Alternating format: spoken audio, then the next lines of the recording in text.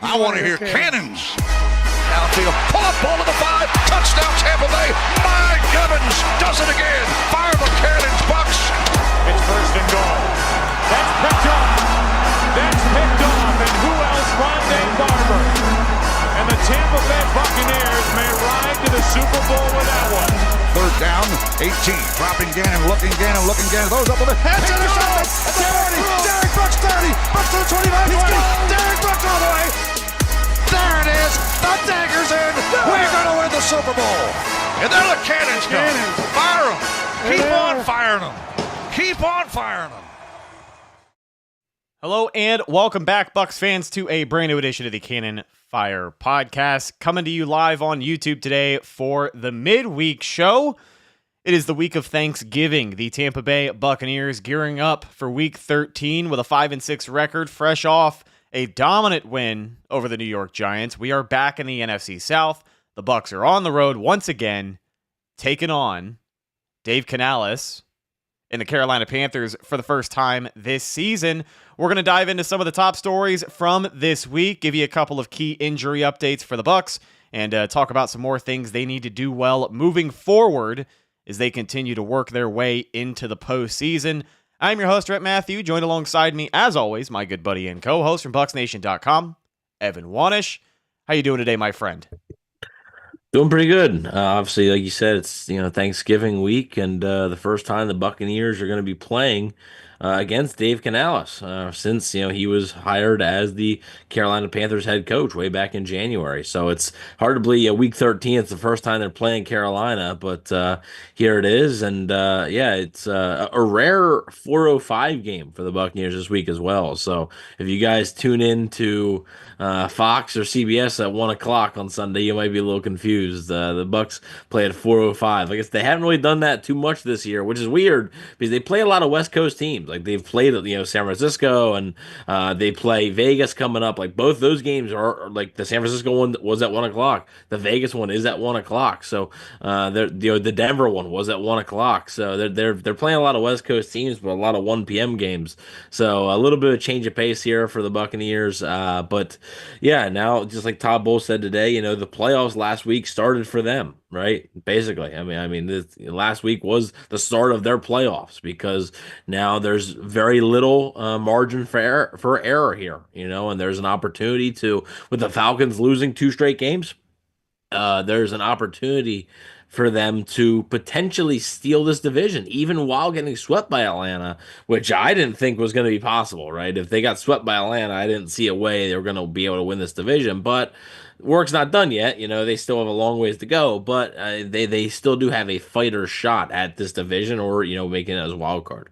Yeah, absolutely. And I think we kind of knew that the slump for Atlanta was going to be coming. We talked to some of our Falcon representatives earlier. We had those guys on for the game preview, and they kind of confirmed what we were all thinking. At times, Atlanta has played bad football, and they're one of those teams that has been winning games, but much like the Bucs, they haven't really played a complete 4 quarters yet. Now, obviously, the Bucs couldn't show up for those 2 games against Atlanta, so I'm not going to make the argument right now about which team is better. But like you said, I think the Bucs right now within the NFC South have much better chances than we expected them to have 2-3 weeks ago when they were right in the middle of that losing streak, which is definitely tough to bounce back from. But this team has what it takes, and we'll dive into some of the things, again, that they're going to need to do down the stretch here. But couple of interesting news stories for you today. This one broke Tuesday morning, and it involves former Tampa Bay Buccaneers outside linebacker Shaq Barrett. Adam Schefter reported on Tuesday morning that former Bucs outside linebacker had applied to be reinstated to the NFL and play immediately. Now, the thing to remember here is that Shaq Barrett retired back in July. His contractual rights are still tied to the Miami Dolphins. So if he doesn't want to play for Miami, I believe the course of action would be for Miami to release him, and he would sign to a practice squad somewhere else.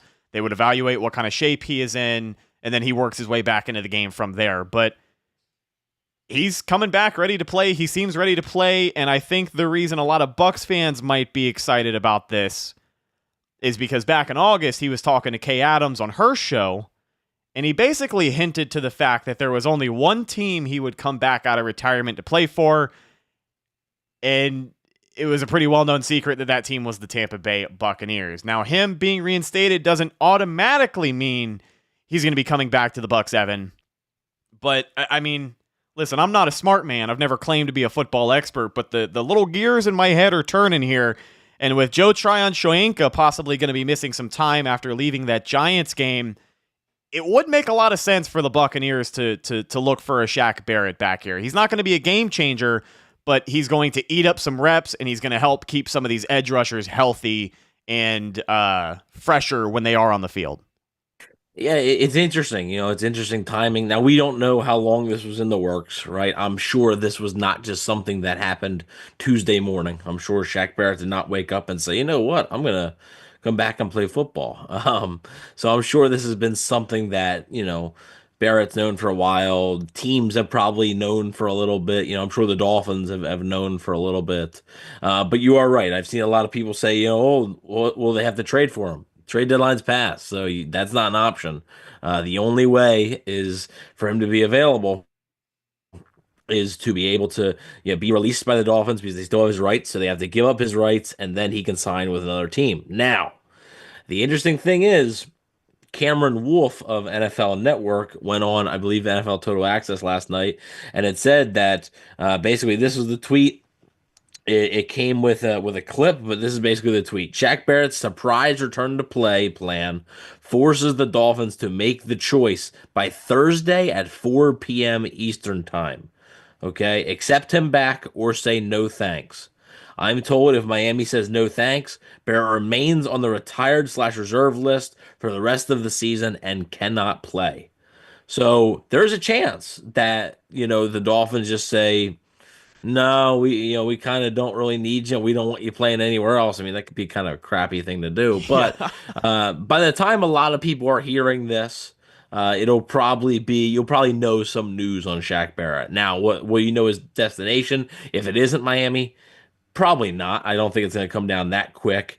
A couple of things. Obviously, he did make those comments in July, heavily hinting. Didn't exactly say it, right? Didn't flat out say it, but Kay Adams pretty much narrowed it down. He said it was somewhere he used to play. And then she said, "Oh, Denver." And then he was like, "Oh, the weather in Denver is too cold." So, he's only played for 2 teams in his lifetime, really. So, kind of you can infer. So it sounds like, he wants to come back to the Buccaneers. Now, the timing of all of it, right? I know a lot of people were thinking possibly the Philadelphia Eagles because Brandon Graham goes down Sunday night with a season-ending injury. Tuesday morning, Shaq Barrett decides he wants to come out of retirement. Possibly, a potential fit there. One thing that the Eagles have, they signed KJ Henry to their practice squad, and they just claimed a pass rusher, Charles Harris, I Bleav. So I'm not sure if that's going to be the case. And also, like I said, this doesn't, like you said, I think this doesn't guarantee that Tampa Bay is going to be getting Shaq Barrett back. It doesn't guarantee that at all. But it certainly opens the door. It's not really a conversation I think many of us were expecting to have in late November at this point, especially way back in July when he hangs them up. So we'll see what happens. We'll keep you guys updated. By Friday, though, when we do the game preview, we should know a lot more about that status. And if you want me, I'll discuss it. If it happens, the potential fit or whatever. Not sure how much he has left to give, right? Just like you said, he's not coming in here. Don't come in here expecting 2019, 2020 Shaq Barrett, right? That's not going to happen. He's 32 years old now. He suffered a major injury a couple years ago. And remember, this is a guy who hasn't played football in almost a year. Like, it's been a long time since he's played an NFL game. So I don't think you can expect him to come in and just be this game wrecker. But, it would be some nice depth and some nice leadership for the Buccaneers. It would be a feel-good story, I think. Yeah. So we'll see what happens.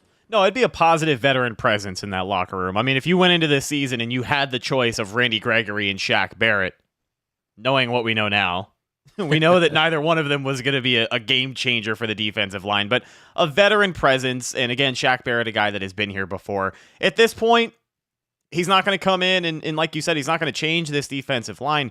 He's really just going to be out there taking up snaps. I do think that, he is athletic enough to maybe he gets a coverage sack every now and again. Maybe he does get one of the things that Shaq Barrett was pretty good at even until that final year in Tampa Bay was his jump off of the line of scrimmage. Sometimes he was so good he'd get an offsides for it. But, maybe he can get a little bit of pressure. Maybe he can take away snaps from these edge rushers who have been largely disappointing so far in 2024. I think, you do have to look at the production areas of this defensive line. I don't think it's going to be a great look if Kalijah Cansey and Vita Vea lead the team in sacks at the end of the year. That's not ideal. So you want to keep those guys as fresh as you possibly can.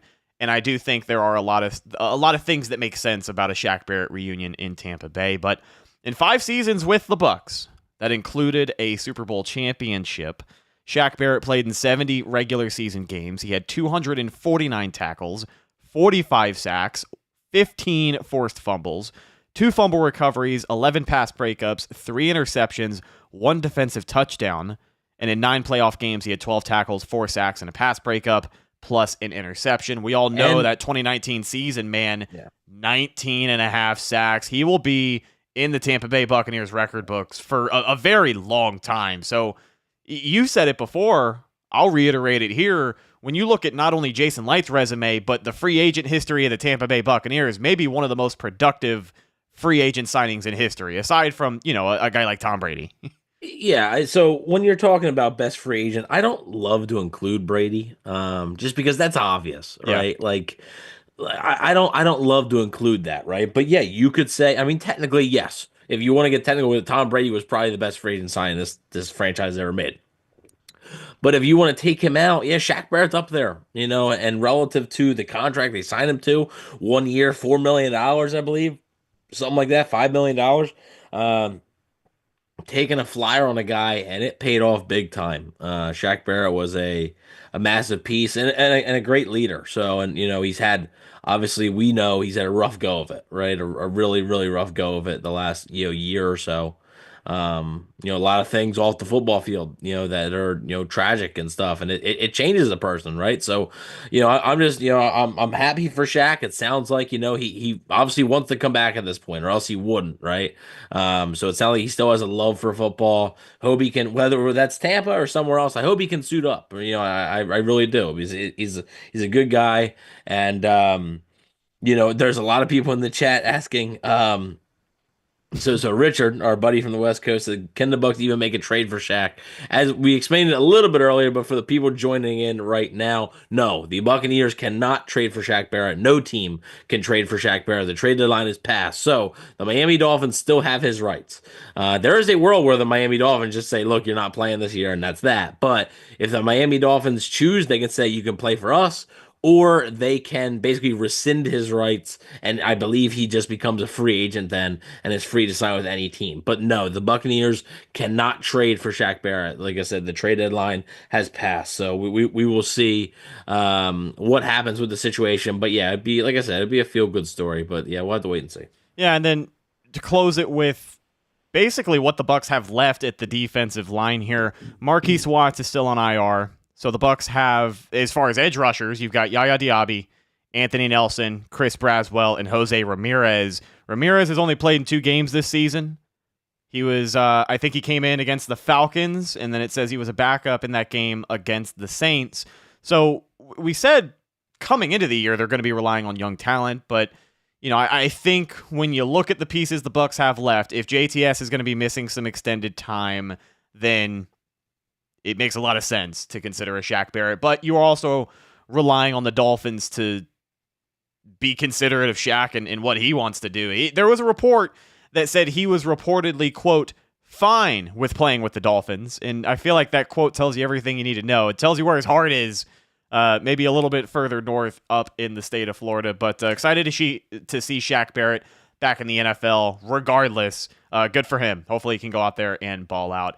It is the midweek show, and we were going to move on to some injury news, but we got an interesting point in chat. We were talking about successful free agents in Tampa Bay Buccaneers history. And yeah, I think a lot of people are going to widely regard Tom Brady as number 1. Well, we do have a hot take here in chat from Eddie Nash. He says, revisionist history about 2019 Brady. He was considered washed coming into that team. Everybody refuses to acknowledge how stacked the roster around him was. But Eddie, he came into that team that was stacked, without a doubt. And he won a championship his first season, which hadn't been done for 2 decades before he got here. I don't know how you chalk that up as less than one of the most impressive free agent signings of all time, because he was the catalyst that team, that stacked roster, needed Tom Brady to get over the edge.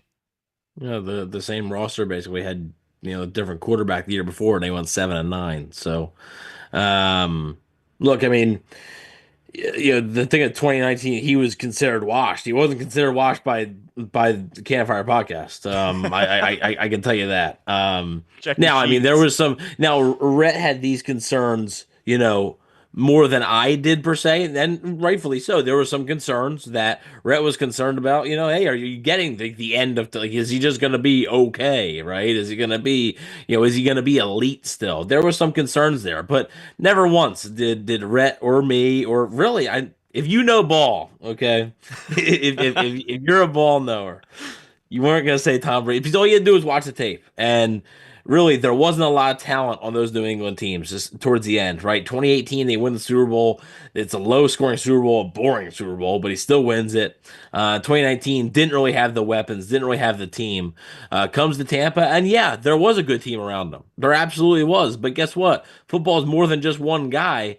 But that one guy just so happens to be really good at a particular thing that the Buccaneers needed. So, it matters. It really does matter. And, I mean, Tom Brady played a great 2020 and played an MVP level and should have won the MVP in 2021. So I don't really see how, you can say he's not the greatest. We can open this up, talk about this all day long. But we'll close it with this. And Eddie, we appreciate you in chat, man. This is the nature of the Wednesday show. Honestly, I love a little give and take here from the Cannon Fire crew. So thank you guys for hanging out with us live today. I think when the argument starts to become he was carried by this roster, well, no, because when you look at the Bruce Arians offense and you look at what he needed to do for that offense to run as well as it did, he needed to play like a fucking maniac. Pardon my language, but he quite literally was a brand new quarterback in Tampa Bay for those 2 seasons, those first 2 seasons, compared to those last couple of seasons in New England. And yeah, the supporting cast obviously matters. But that offensive system in New England was not asking him to make the throws that Bruce Arians was. And I mean, he was doing that and then some. So it's crazy. It's crazy to kind of diminish, his status as one of the best free agents of all time. And I get his point. He says he was amazing in 2020. I love Brady. I dislike the way the rest of the team is diminished. I never said he was carried. He also didn't carry the team, though. Name another team that had 4 number 1 receivers. It's a fair point. How's that his fault? Yeah, right. We've never discredited. We've never on this show discredited the Bucs roster. We damn sure never discredited the Buccaneers defense, because 31-9 doesn't happen without that defense playing the way that they did that night. So you can go back, you can listen to our post Super Bowl show. To be honest with you, I do it sometimes because it's really fun to revisit that chapter of my life when we were world champions. That was pretty cool. That's something, yeah. Yeah. So go back, check your sheets, as the old QB would say. And we appreciate you listening, man. But let's dive into some more Buccaneers news here. Some injury news for the Buccaneers on the defensive side of the ball. Another dodged bullet on the record for the Bucs in 2024. Strong safety Jordan Whitehead. It seems like the initial fear in that injury, he leaves the game against the Giants, and you could tell right away that it was a pec. It was a pectoral injury. It was either a tear, it was a strain, it was a pull. It was something that was definitely going to sideline him for multiple games. But the fear for about 24 hours was that it was going to be a torn pec muscle and his season was going to be over. Ian Rappaport reported on Monday that they had believed it was a season-ending injury. He was waiting on an MRI to confirm what had happened. And then it turns out the MRI comes back with good news. It is just a strained pec. He will miss a few games. But depending on what kind of shape this Bucs team is by the end of the year, if you're getting ready for a game in the wild card round, he could be ready to go here.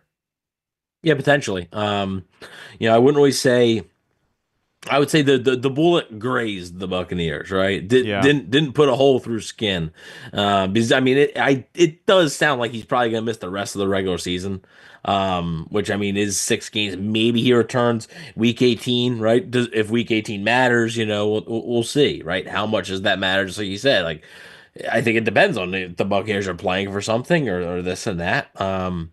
And then obviously, yeah, for the playoffs because the Buccaneers are going to be, if they make the playoffs, they're going to be playing in the wild card round, so they're not going to get they're not going to get a bye week. So,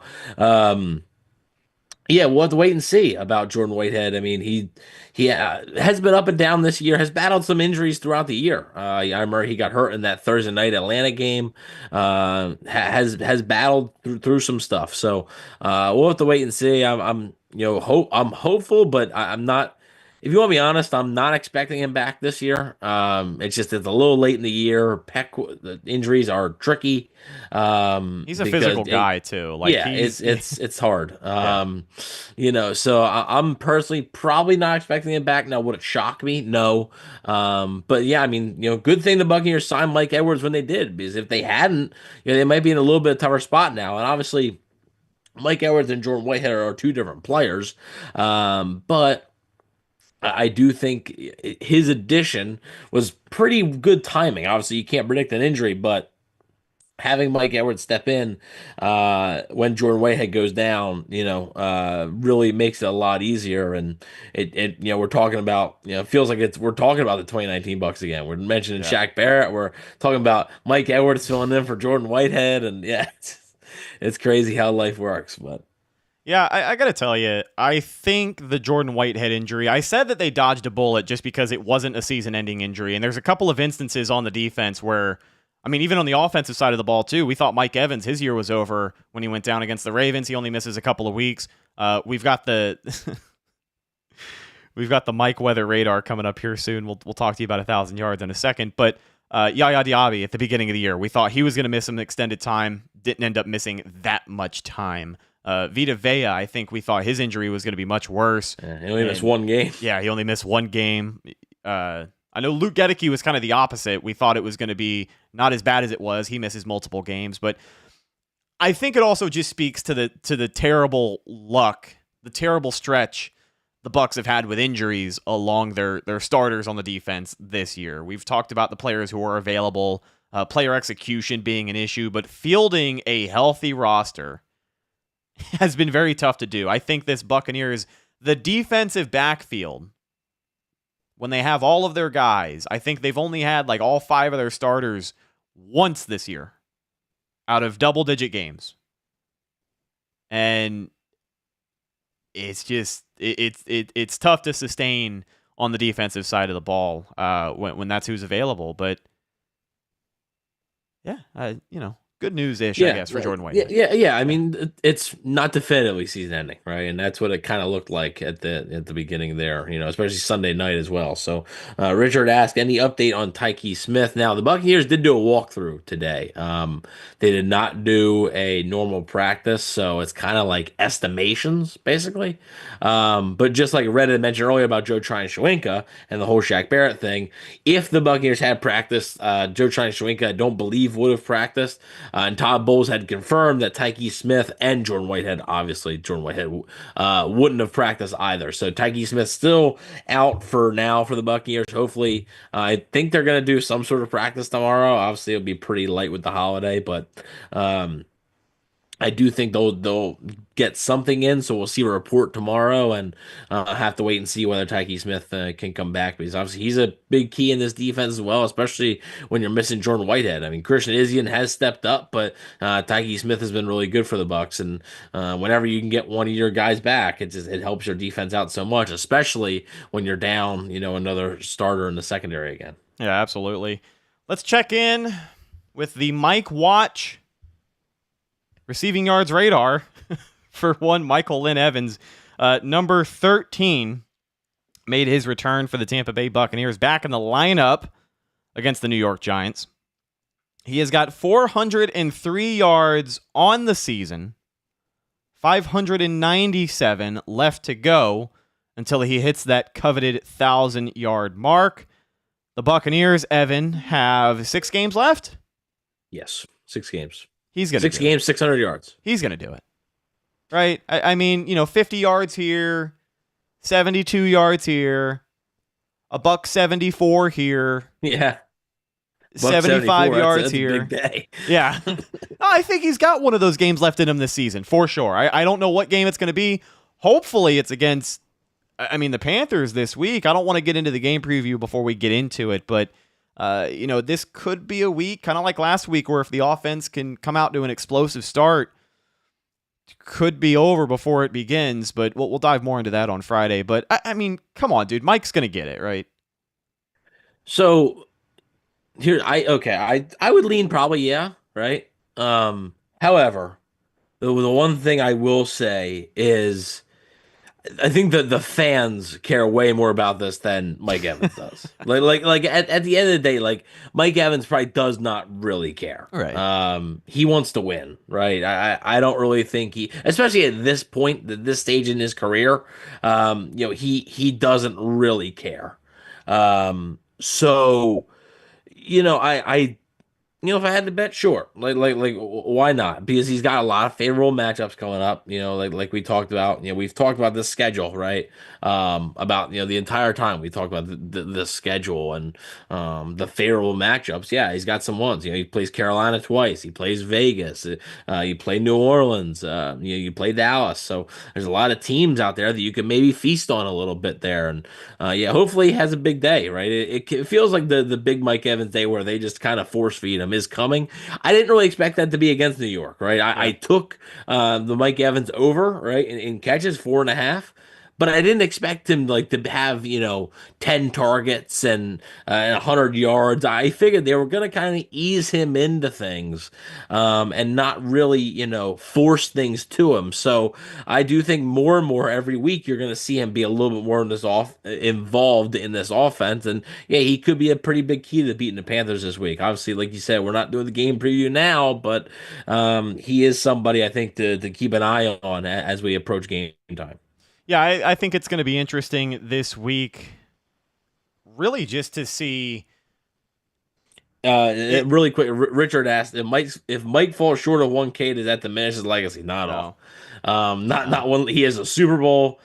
He's had 10 1,000-yard seasons in a row. The first and only player to start his career with 10 straight 1,000 yards. Yeah, I mean that doesn't diminish when he's the only one to do it.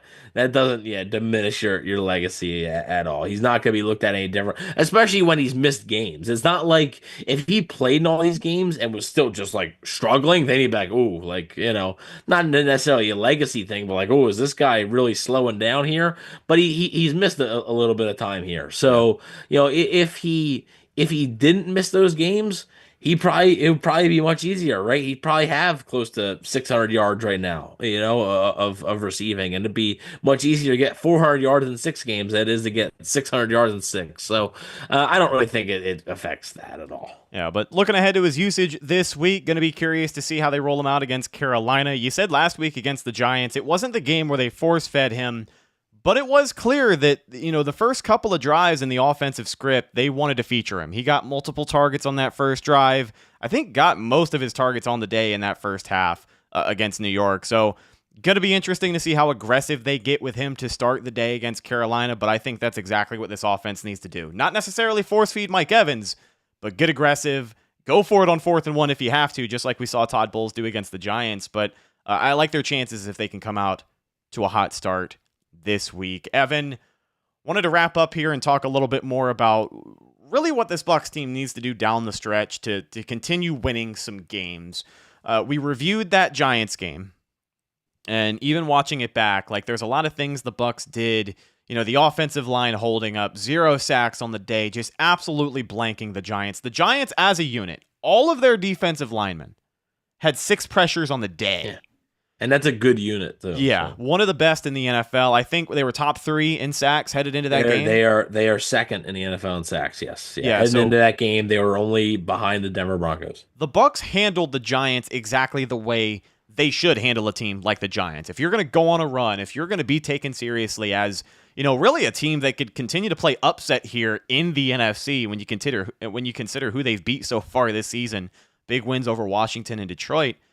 They're going to continue to play upset, but Baker said it at the podium today. Evan, if this team wants to be ready for playoff football, they still have to play a complete 4 quarters. That Giants game was probably the most efficient we have seen since that Philadelphia Eagles game. But even in that fourth quarter, there were, too many times where they just kind of let their foot off of the pedal. And I know that the game was over. I know that we're talking about the Giants. And with all due respect to the Giants, it's clearly obvious the season that they are having. I know that that's the situation we're talking about. But when you talk about mistakes against better teams in the NFL, at the end of the day, you have to find a way to play 4 full quarters of football. And I don't think there's a game you can point to that they have done that just yet. They're getting there, but they got to do that here down the stretch. Yeah, for sure. And a little tidbit about the Giants game. Somebody had asked Greg Allman yesterday about, because the Buccaneers now with beating the Giants, they only are beating the Dallas Cowboys away from sweeping the NFC East, which would be the first time they've done that since 2003.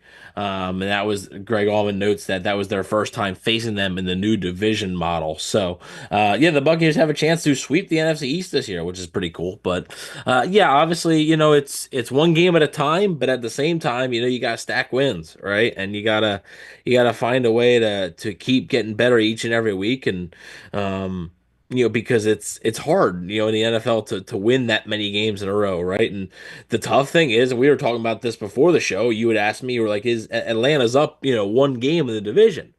And I was like, yes, but technically it's 2 because Atlanta owns a tiebreaker. So the Buccaneers, unfortunately, losing to Atlanta twice, like you put yourselves in this position to where you have to have a better record than the Atlanta Falcons. Like you have to have a better record.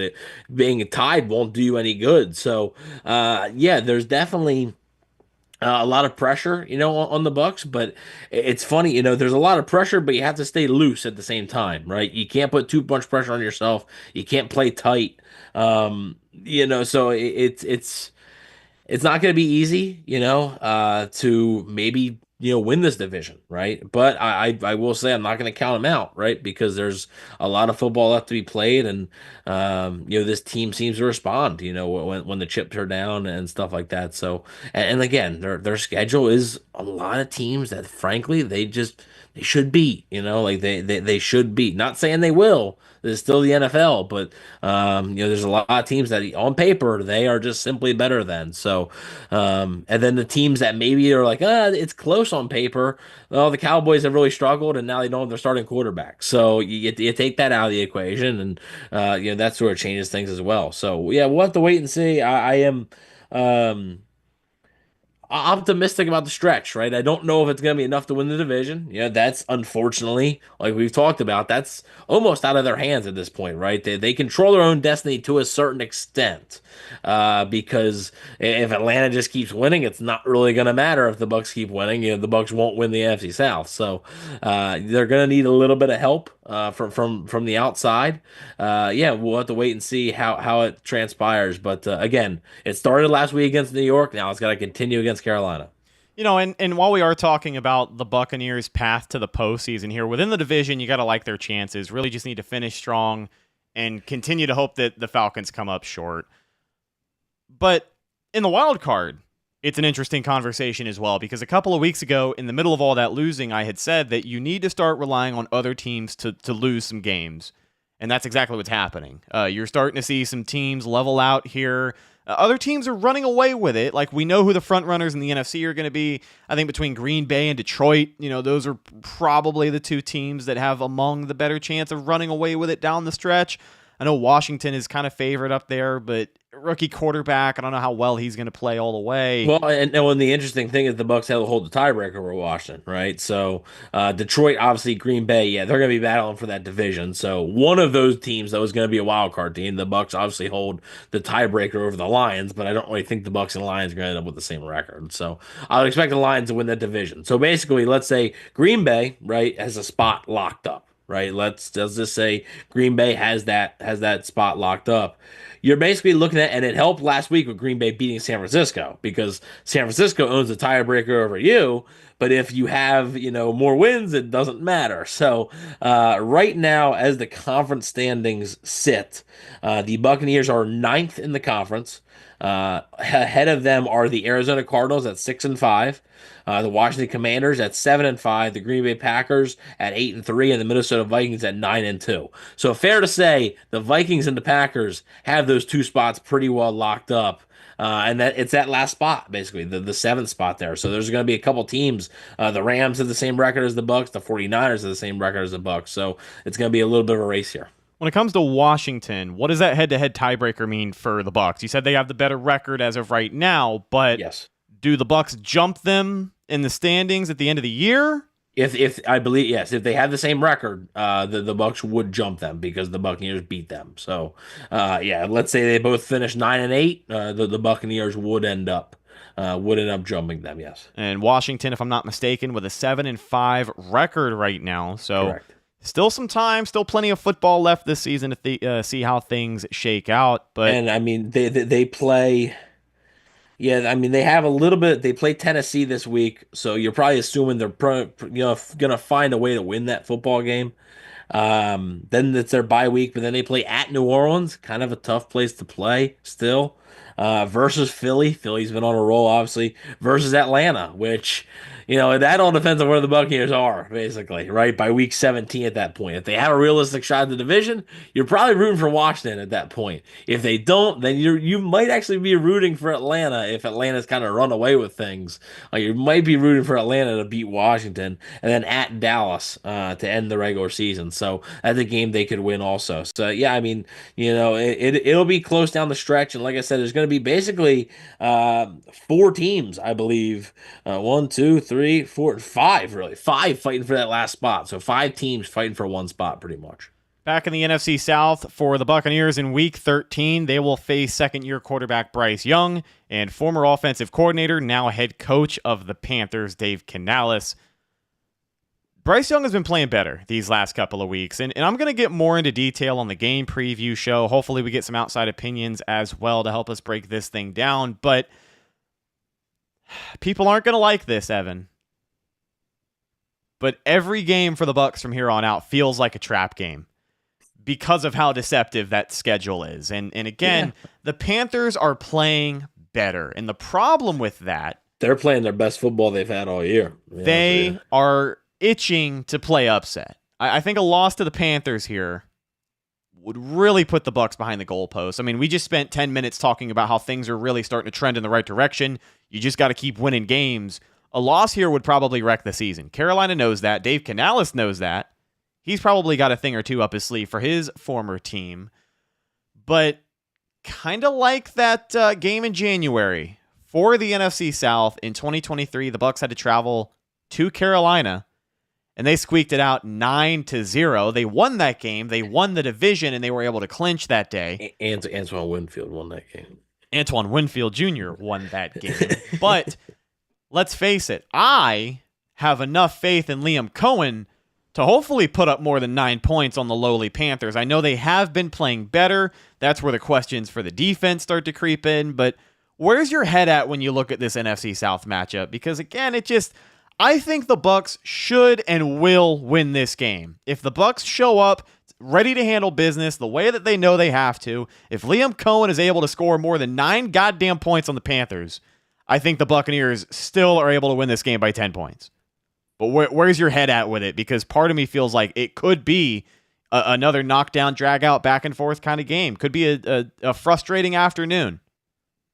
You always have a lot of times these divisional games, right, are always a little, it's going to be close. You know your division opponent well, and even though the Buccaneers haven't played the Panthers yet, they still know them well, right? It's your personnel isn't changing that much over the course of, an off season. So, yeah, I mean, it is a new coaching staff in Carolina and stuff, but it's a coaching staff that's obviously familiar with Tampa Bay. I believe Joe Gilbert's there, right? Harold Goodwin, I believe, is there as well. So there's a couple guys on that coaching staff from Carolina that are there with Dave Canales. So they're familiar with Tampa Bay. And again, like I said, Carolina's been playing their best football. They won two straight previously before facing Kansas City, and almost took Kansas City overtime. Now the Buccaneers took Kansas City overtime.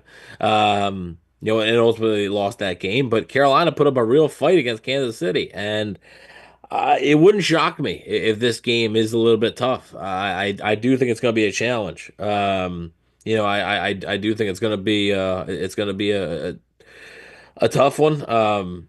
Like I said, Bryce Young is playing better, and like you said, it's at this point in the season, Carolina knows they're not going to be making the playoffs, and they would love nothing more than to play spoiler, right? And like you said, that there's a pro about having an easier schedule down the stretch because look, you're playing worse teams, but the con is these teams are going to be like, well, we got nothing to lose, so we know you're trying to make the playoffs. We're going to do everything in our power to spoil that for you and leave you with a sour taste in your mouth, especially when it's a divisional opponent. So we'll see what comes out of it. I'm eager to see how this team looks against a team that is playing better.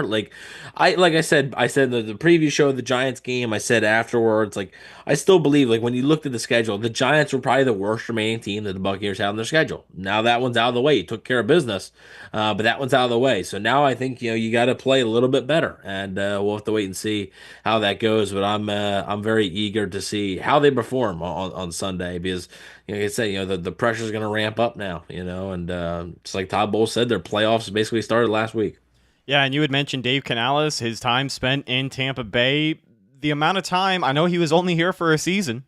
He played well enough. He schemed up well enough against, Todd Bowles' defense during practice all year to get himself a head coaching job. So, like, he's familiar with the inefficiencies in a Todd Bowles defense. He's familiar with what makes it tick. And I think one of the reasons Bryce Young has been playing so well, someone else said this in chat, I think it was Richard T. Yeah, in a Canales offense, they don't run a lot of audibles. They make things easy and streamlined for Bryce Young, and he's getting the ball out of his hands quickly. The Buccaneers' pressure last week against Tommy DeVito, you take advantage of an inexperienced quarterback. And I think this could be another week in a row where the defense is in a good position to really pin their ears back and get after the quarterback. But when you have Dave Canales, who has as much knowledge of a Todd Bowles defense as he does, I definitely think there's going to be some interesting parts of this matchup this week that really come down to coaching adjustments, right? I think whatever coach makes the most adjustments throughout this game is ultimately going to win. Because, I mean, Evan, these are guys that are very, very familiar with each other. Their offense and defense played, 3-4 times a week, every week for the 2023 season. Canales has seen a thing or two. Spent a lot of time, right? Spent a lot of time together and spent a lot of time just talking about football, right? And sort of picking each other's brain and knowing. I mean, and Canales does, but at the same time, Bowles does too, Yeah. right? Like, on the other hand, Todd Bowles does as well. So, it'll be an interesting chess match to sort of see how that all plays out.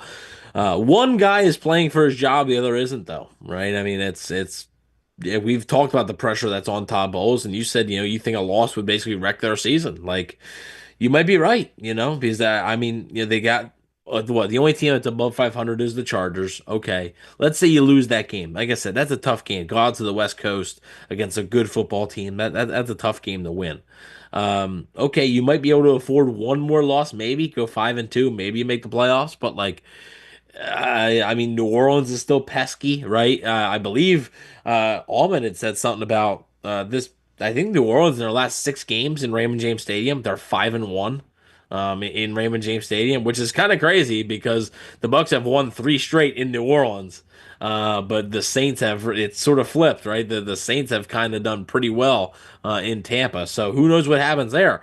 If you go and I said this a couple weeks ago, I think, and if you go 4-3 down the stretch, I think Todd Bowles is going to be fired. I do. So we'll have to wait and see. And these are the games that you cannot afford to lose. So it again, just like I said last week, it's crazy to think about, facing a 2-8 team and being a must-win game this week, facing a team that has 3 wins and it being a must-win game, but that's the reality of the situation. Yeah. I've personally had enough of the Todd Bowles conversation for at least a couple more weeks. I'm kind of with the Glazers on this one. I want to wait until the season's over. It'll come back around. Yeah, I know it'll come back around. That next loss, I don't think it's this week, but whenever it may be, if and whenever it may be, unless it is in the postseason, I think you're going to start to hear the conversations of firing Todd Bowles, promoting Liam Cohen, da-da-da-da-da-da-da-da. And we'll cross that bridge when we come to it. But I want to see how this thing shakes out. I do think the Bucs are going to win some games. I think they know what they have to do here down the stretch. And this is a team that showed us last year. This is a roster that showed us last year. They can rise to the challenge when their backs are against the wall. And they can play some football. And that's exactly what they're going to have to do here to make their way into the postseason. But Evan, I think we have hit just about everything we wanted to on today's midweek show. The midweek / Thanksgiving special. We used to do a dedicated Thanksgiving special podcast, and we haven't done that in a little while. So now we just kind of give you a package deal because, multiple holidays in one. Yes. Yeah, hope everybody has a fun, safe, healthy, enjoyable Thanksgiving. Happy Thanksgiving. If you guys are listening to this on Thanksgiving, happy Thanksgiving. Hope you're enjoying the good food. Are you a turkey or a ham guy more? I like both, but what is your preference? I'm a ham. When it comes to my main meat, I'm a ham. My favorite side, though, I'm going to throw this over to you. I am a stuffing guy. I love a good stuffing. I love a good homemade stuffing, but I did hear some insanity this week at work. My boss, his family puts peanuts in their stuffing, like lots of peanuts in their homemade stuffing, and I was blown away by that because I love a good homemade stuffing. I've tried a lot of them, but I've never heard of peanuts in a stuffing. That sounds awful. It sounds dreadful, to be honest with you. I like both. I like both turkey and ham. I am more of a turkey guy. Myself, like I said, I like both. My dad doesn't like ham at all. But I'm more of a turkey guy. I will eat both. As far as side, I'd like a good homemade mac and cheese, especially when at the top you get like that crust, sort of right at the top of it. It's like a little crunchy sometimes. there. Sometimes they do a little breadcrumbs over the top Maybe, too, a little extra. Yeah. That's if you can get a good homemade mac and cheese and like the glass pan, basically you put it down, you scoop it out, the cheese when you're scooping out, the cheese is hanging on. Yeah. That's the best right there. So hope everybody has a happy Thanksgiving. Thank you all for watching. We're thankful for you. If we had to name something that we're thankful for everybody that watches this show, because if nobody watched it wouldn't be possible to do what we do without you guys. So we're thankful for all you guys, and hopefully you guys can enjoy your holiday, enjoy some football, and enjoy some good food as well. Absolutely. What he said, we are incredibly grateful and thankful to have you guys as a part of the Cannon Fire crew.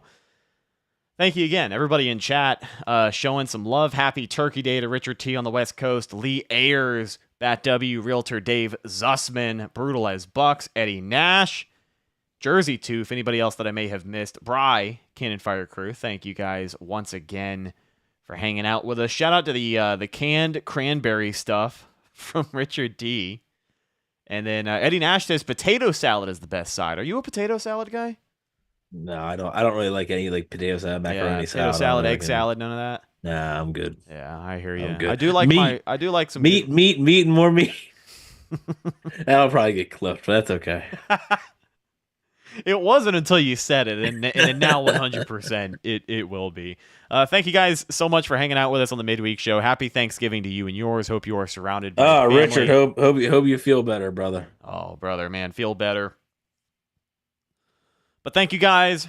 We appreciate you spending your time with us on this Wednesday afternoon. We will be back talking with you on Friday as we look ahead to Week 13 for the Tampa Bay Buccaneers. Once again on the road, but in the NFC South, looking for a big-time win over the Carolina Panthers. They certainly need it. Should be an exciting matchup. Friday, we will be live. We will break down the game and then some to get you all prepped up and ready to go. Evan will have best betting the Bucs. Jesus Christ. Betting the Bucs will be out between now and then at some point, and also players to watch, so keep an eye out. I'm your host, Rhett Matthew, reminding you to follow us on social media. I'm Ron Burgundy? Yeah, I'm Ron Burgundy. I'm Tony Gonzalez. Facebook, Instagram, and Twitter. All of those are Cannon Fire Podcast. Best place to go for updates on the show. And, of course, Tampa Bay Buccaneer news as it happens. Speaking of Bucs news as it happens, you can follow my co-host Evan on Instagram. You can also find him on Twitter at EvanNFL. And check out his written work at BucsNation.com. What have you got for Turkey Day? Yeah, so for Turkey Day, I got a lot of food going to my belly. That's what I got. But as far as BucsNation.com goes, we'll have the Q&A with the Panthers site going out soon.